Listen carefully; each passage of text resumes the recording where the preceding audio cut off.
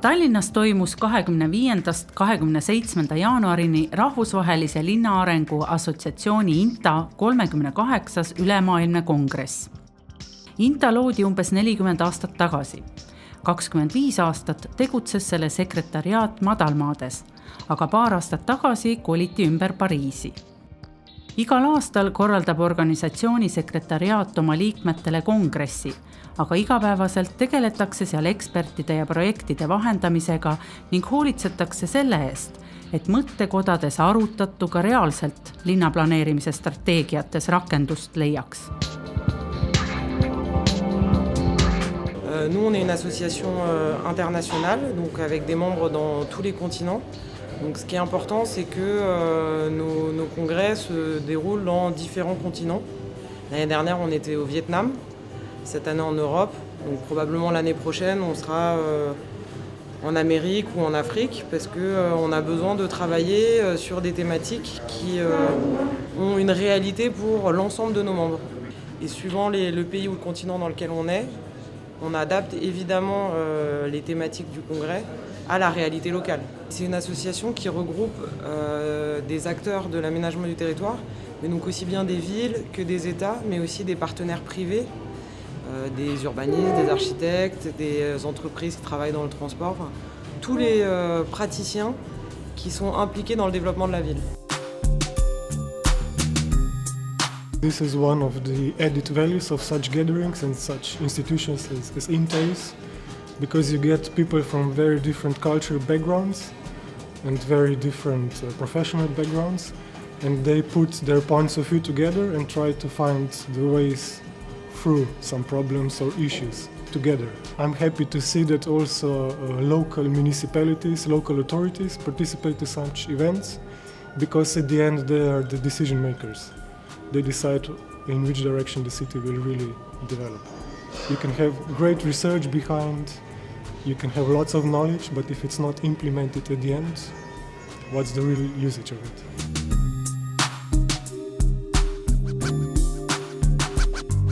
What I would like to add about INTA, this is the perfect platform for people from different professions. We have urban players here, architects, economists, people, psychologists, and also company, also cities. So this is a good platform to exchange of different points of view.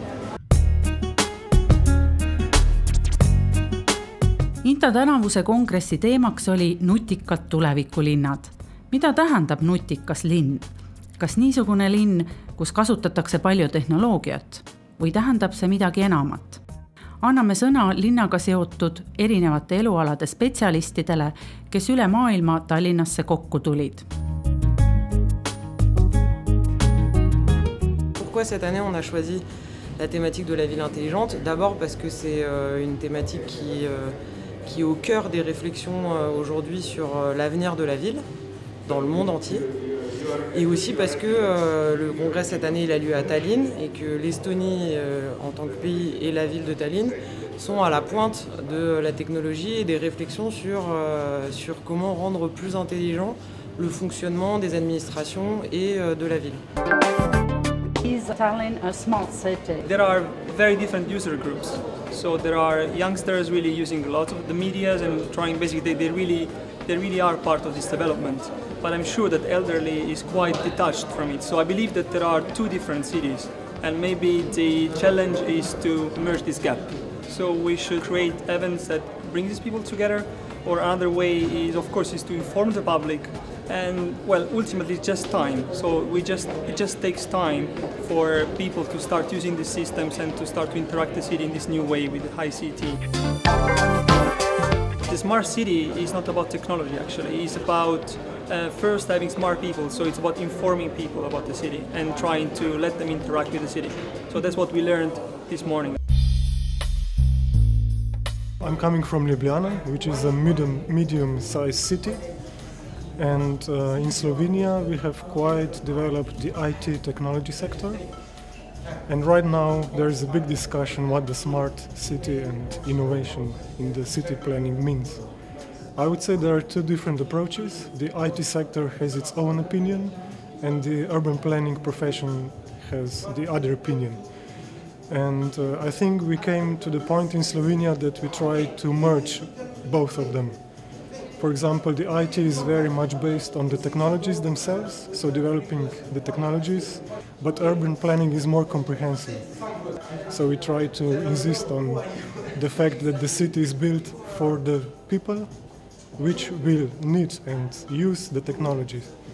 So the city is not the technology, technology is just supporting the city.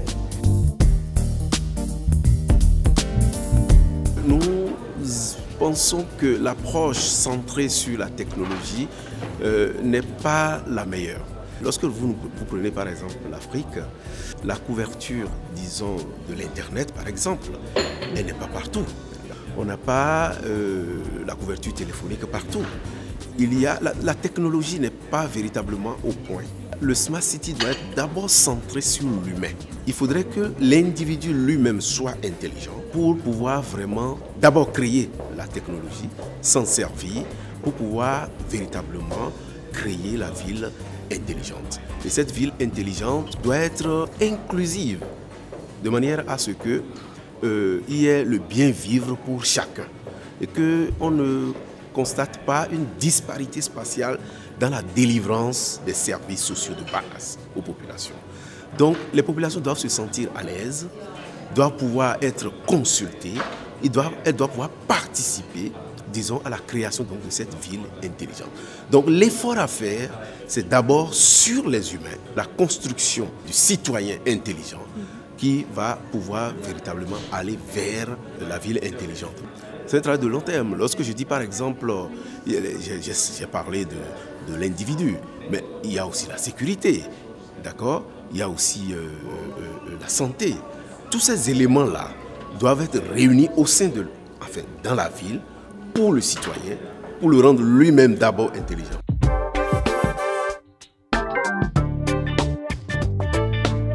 Across borders, we are talking about being holistic, talking about how the cities should evolve, the spaces, the ways that people actually use the city, the social programming, so that we actually future secure the diversity, but also a new way of using the cities.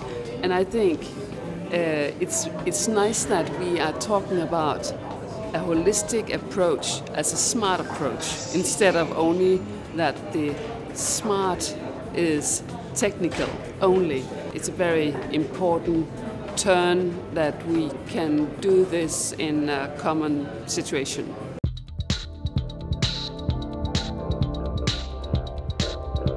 In Yachay, which is a new city which has been built in Ecuador, I am responsible for the public services. So I come from both the political and technical area, not exactly the architectural area, but I share very much with all my colleagues in Yachay the concept of the city we are building. We expect to build a city which is made for people to live there. It's a different understanding of what a technological park is. We expect Yachay to be the city of knowledge. In fact, Yachay is a word which comes from an ancient language from our indigenous people in Ecuador, and that means knowledge. That's why we are the city of knowledge in Ecuador. And we want to be a technological park. We want to be a place for research and development. We want to be an industrial park and a big zone for research in biotechnology. But all this, in terms of the big zone, 4,400 hectares that belong to Yachay, is going to be concentrated in a city. And it's going to be a place, since it's quite far away from the big urban areas in Ecuador, we expect people to come, work and live there. Right now we have the very first inhabitants of Yachay, which are the students and the teachers for the new university that we have begun to develop in Yachay. But by 2017 we expect to be 10,000 people living in Yachay. So when you build a city, for innovation, for research, is not just about building labs, building facilities, building big infrastructure. It's also about how to develop all the services that we are going to develop in terms of giving the people who are going to live there the quality of life. And Yachay is in a way the model for the future in Ecuador. We want to develop a lot of new capacities for a city so that other cities in Ecuador will see that it works. Let's do that in the other cities of Ecuador.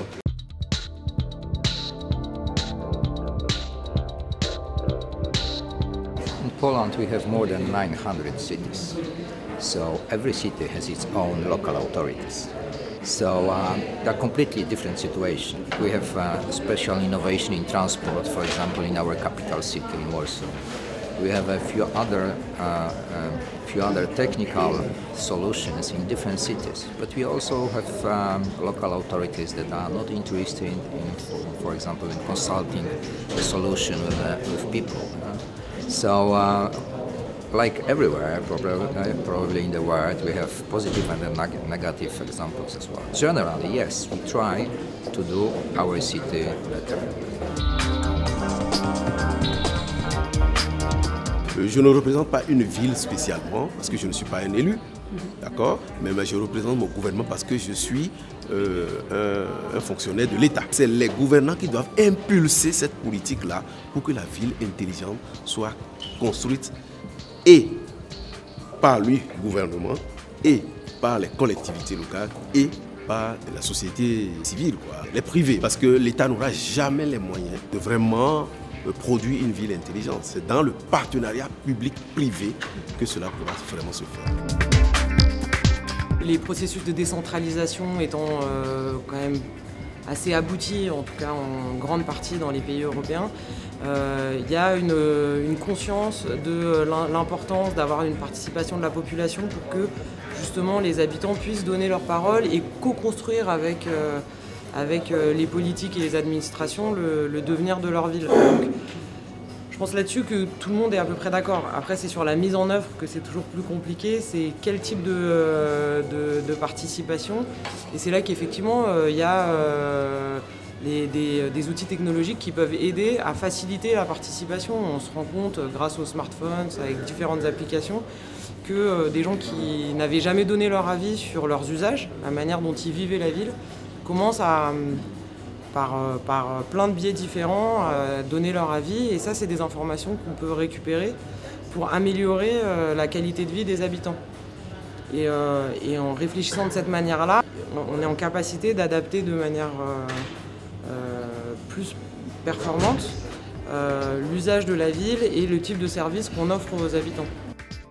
Well, basically, the Spin Unit, it's an NGO that it was a spin-off of ECA, so Estonian Academy of Arts, and we are at the moment an international group of scientists, researchers and practitioners that basically we come together to study the cities.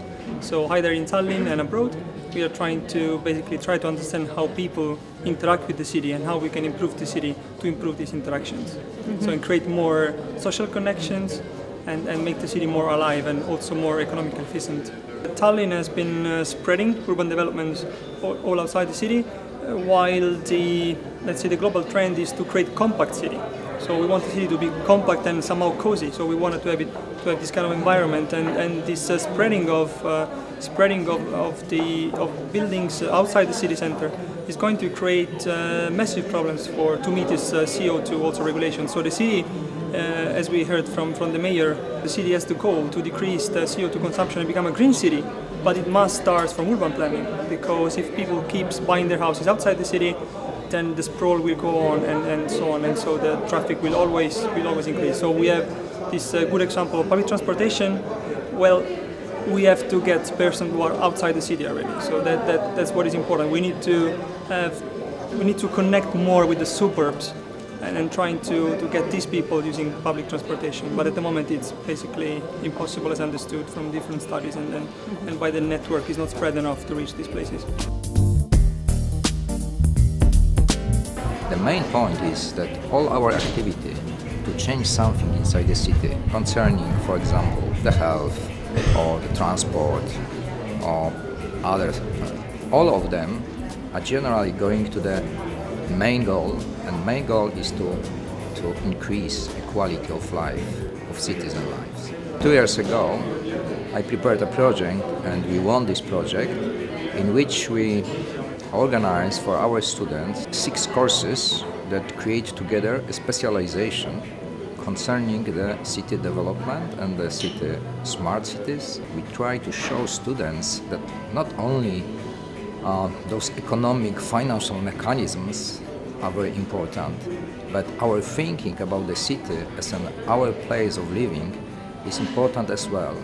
Maybe it's more important, because mechanisms are like instruments. You can use them or not, but the most important thing is to explain students who are not architects, who are not spatial planner, that the city, first of all, is a place where businesses can be created, where the idea of businesses is very important, especially if we have areas, deprived areas that maybe should be revitalized and prepared to new life with those citizens that live there. Students of economics, they will be in the future managers, so they must understand different people and connect urban planners, economists, architects, you can say normal people, and create the common effort to build a new city. In my workshops, I expect that they explain it to me, how they will work in the future with those people from different professions. There's so many power people in the global world that is a barrier to improve the economy. So the gap between rich and poor people is too big now. So even in the United States and other countries, we discussed about this, how to change the situation.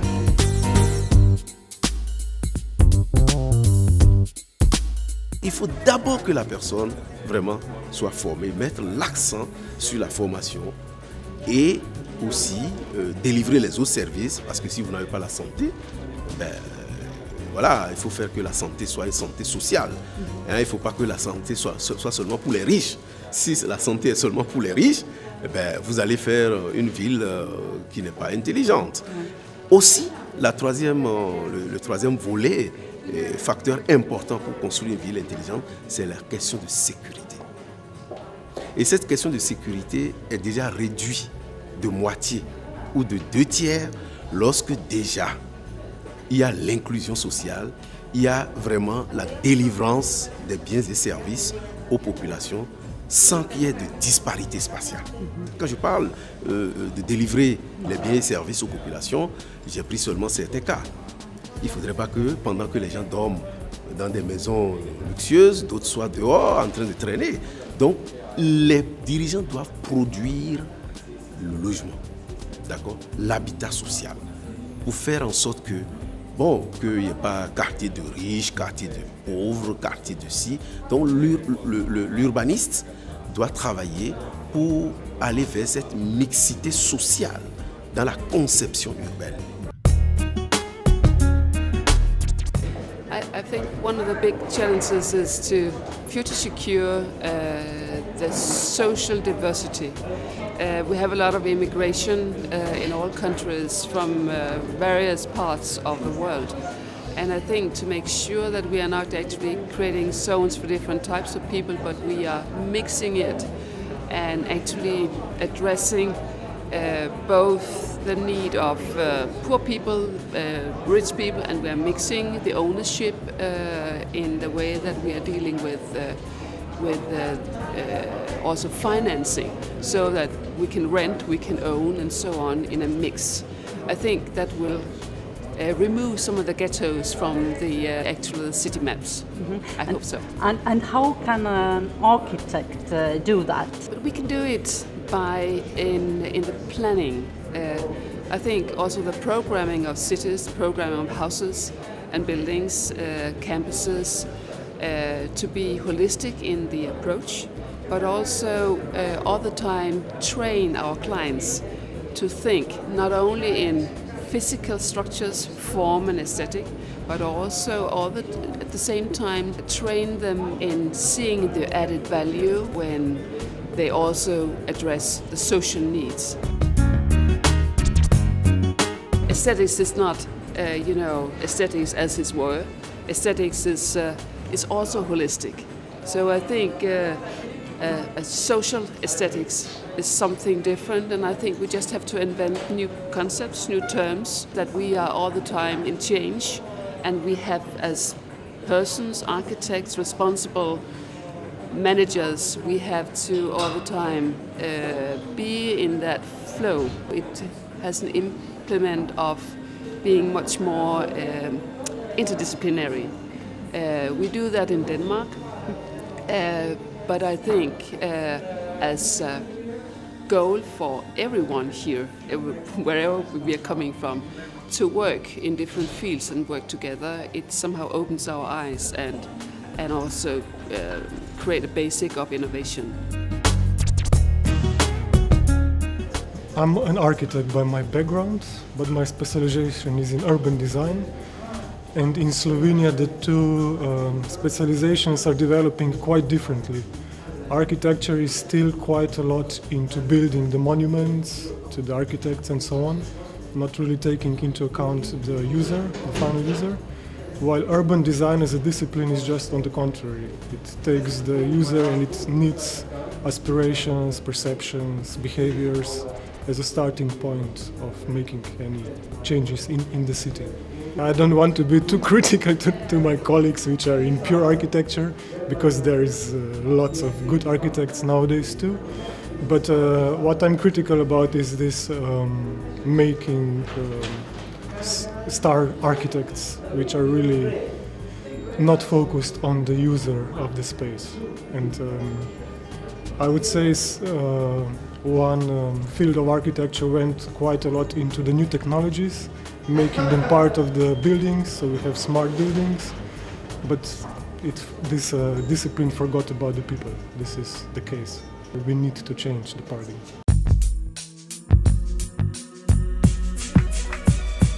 En tant qu'architecte, je suis très intéressé à ce que la ville reste un lieu de vie.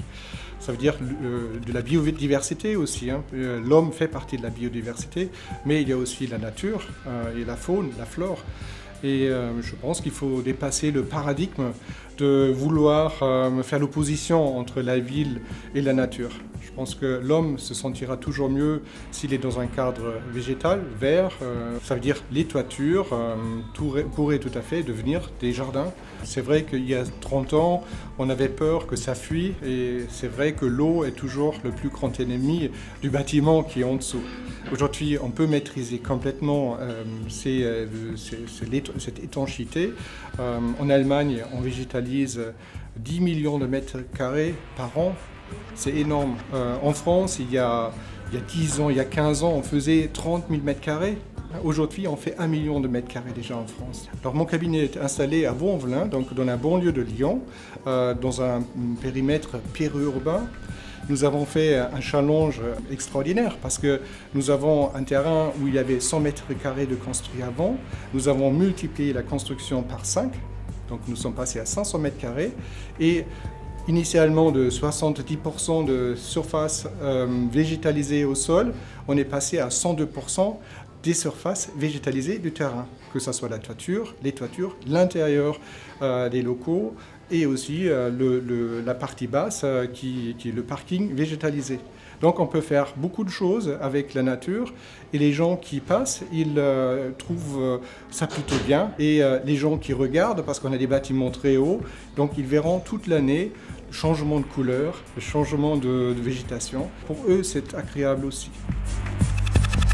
Un grand risque dans nos villes, c'est le débordement de nos canalisations en cas de grande précipitation. Les toitures végétalisées retiennent à peu près 70% dans nos pays. Je parle maintenant de la France et de l'Allemagne. 70% de la pluie reste sur les toitures ou est transpirée par les plantes qui sont dessus. Ces plantes-là fonctionnent comme des microclimatiseurs. 1 mètre cube de transpiration des plantes, et c'est vite fait, correspond à peu près à 950 kWh d'électricité pour faire tourner nos climatiseurs. Si vous avez un bâtiment existant que vous voulez rénover, vous avez aujourd'hui juste une étanchéité et des cailloux dessus. Aujourd'hui, on peut, en changeant la membrane, donc l'étanchéité, on peut tout à fait reconstituer le même poids avec une toiture extensive. Et ce n'est pas tout de suite une entreprise très chère. Ce qui est très important aussi dans une ville, et ça c'est un sujet qui n'a pas été abordé aujourd'hui, c'est la convertibilité des usages. Ça veut dire pourquoi construire un bâtiment de bureau, pourquoi on ne construit pas des bâtiments qui peuvent devenir bureau quand il faut que ça soit bureau et logement quand il faut que ça soit logement. Dans la région parisienne, on a des millions de mètres carrés de bureaux vacants parce qu'on n'a pas besoin, ils étaient construits dans un moment de conjoncture qui aujourd'hui, quelques années après, n'y est plus. Donc on a des bâtiments qui sont tout neufs, qui ont déjà 10 ans, et d'ici 10 ans, on pourrait presque les raser parce qu'on n'aura pas l'usage. Donc, réfléchissons à la ville intelligente aussi au niveau convertibilité d'usage. Previous planning paradigm was quite much dealing with the physical structure of the city, while today we have to understand the city as an organic form, with activities, with the changes, and we have to integrate it into our planning decisions. And another and related topic is the participation. In the past, the city was more or less planned from the top down, and today we really need to understand the city better. It means we have to involve everybody who is active in the city into the planning process. That's a big change, and it's quite challenging for the urban planning profession too. At least good urban planning is more human-centered nowadays. Une ville, elle est intelligente si elle rassemble des habitants intelligents, une manière de gouverner, donc des politiques intelligentes et des services intelligents. Donc, ce n'est pas uniquement que la technologie, c'est aussi comment en termes d'innovation sociale les choses se mettent en place. On travaille ensemble en termes de coopération, au niveau des administrations, et c'est le mélange de ces trois choses qui peut peut-être faire que la ville soit plus intelligente. Mais la ville, quelle qu'elle soit, de toute façon, c'est un système complexe. Donc il n'y a pas une bonne solution. Malheureusement, on n'a pas de bonne... c'est trop réducteur de dire qu'il y a une chose à faire pour que la ville soit intelligente. Linnaarengu kongressilt jäi kõlama sõnum, et linn on ja peab olema rajatud eelkõige inimestele. Tehnoloogia, ehituse, infrastruktuuri ja majanduse areng ei ole eesmärk omaette, vaid need peavad astuma inimese heaolu teenistusse. See on ilus ja julgustav, et 21. sajandi edumeelsed linnaarendajad väärtustavad inimest, tema vajadusi ja sotsiaalset sidusust. Tore, et nii vähemalt räägitakse, sest sõnad võivad ka teoks saada.